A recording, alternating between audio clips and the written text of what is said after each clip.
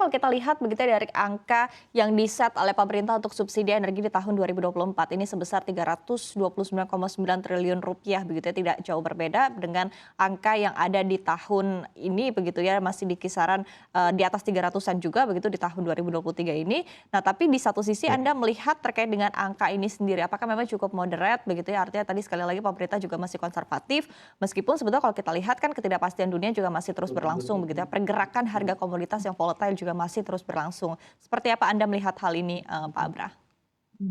iya. Jadi satu, pemerintah tentu melihat dari aspek tren kenaikan harga energi dunia. Ya, ini kan memang dalam 1 tahun terakhir, ya pasca mulai pulihnya ekonomi dunia, harga komoditas ini mengalami tren penurunan ya. Nah, ini terbukti dari misalnya asumsi harga minyak mentah di APBN kita tahun ini kan $90 per barel, tetapi realisasinya sampai Juli kemarin ICP kita sekitar $75 per barel. Walaupun masih ada akhirnya pemerintah memasang asumsi harga minyak mentah di tahun depan itu di atas sebesar $80 gitu, di bawah target tahun ini 90. Tetap tadi ada ruang ketika terjadi potensi kenaikan harga minyak mentah. Nah, tetapi juga perlu diingat bahwa kita tidak cukup melihat dari aspek penurunan harga komoditas, tetapi juga tren permintaan domestik. Nah, ini kan yang perlu dipertimbangkan pemerintah adalah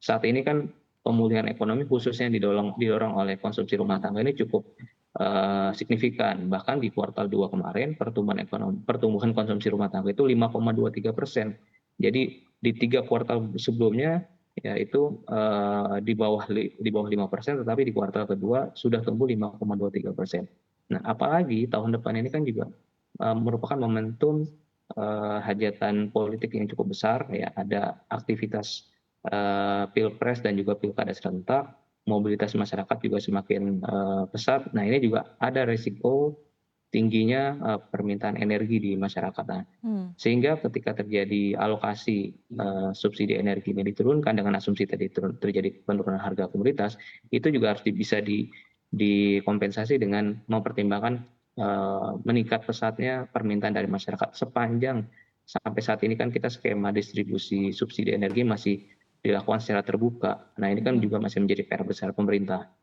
Oke, baik, tapi efeknya kepada pergerakan harga, energi ataupun juga BBM subsidi begitu ya di dalam negeri seperti apa Pak Abram gitu tadi dengan, anggaran subsidi energi di tahun 2024 yang lebih rendah ketimbang di tahun ini, tapi di satu sisi juga tadi Anda menyebutkan begitu bahwa mungkin saja mobilitas masyarakat akan lebih tinggi lagi di tahun 2024, mengingat di tahun depan juga kita akan, mengalami periode, pemilihan presiden begitu ataupun juga pilpres. Seperti apa Anda melihat terkait dengan hal ini Pak Abra? Iya, saya melihat bahwa eh, peluang pemerintah untuk melakukan penyesuaian harga khusus untuk menaikkan itu memang sedikit atau kecil kemungkinannya karena tadi ada faktor penurunan harga komoditas, tetapi yang perlu menjadi perhatian utama adalah bagaimana menjaga agar kuota subsidi energi ini baik BBM maupun LPG ini tidak sampai jebol. Karena di tahun ini pun di 2023 memang kita sudah melihat realisasi konsumsi BBM dan LPG ini ya memang cukup mengkhawatirkan bisa berpotensi nanti sudah habis sebelum di Desember 2023. Jadi bahkan di tahun ini pun konsumsinya tadi ada resiko melampaui kuota. Akhirnya kan ketika pemerintah tadi menghadapi resiko over kuota, mau tidak mau kan harus menambah kuotanya, meskipun mungkin dari sisi alokasi subsidinya tidak terlalu besar tambahannya, tetapi justru yang paling penting adalah pemerintah jangan terlena karena terjadinya penurunan harga komoditas, ya kuotanya berpotensi jebol, kemudian pemerintah lagi-lagi ya seperti tahun-tahun sebelumnya melakukan penambahan kuota subsidi energi ini gitu. Padahal ini mestinya menjadi momentum untuk pemerintah secara konsisten melakukan transformasi subsidi energi menjadi Mhm, subsidi mhm. tertutup atau targeted. Nah, ini justru menjadi momentum yang paling baik bagi Oke. pemerintah. Jangan sampai nanti pasca pilpres nggak selesai, kemudian terjadi gejolak harga komoditas global, pemerintah kembali menghadapi kerumitan yang sama untuk melakukan Oke, reformasi subsidi oke. energi. Baik, artinya dari Anda, Pak Abra, tadi sedikit kritik begitu ya, bahwa di satu sisi melihat anggaran subsidi energi yang masih besar, namun di tengah momentum yang Anda lihat sebaiknya justru pantas begitu ya untuk transformasi subsidi energi sendiri, artinya memang kurang tepat begitu, atau seperti apa Pak Abra? Apakah ini memang sebuah kritik sekali lagi dari Anda, Pak Abra?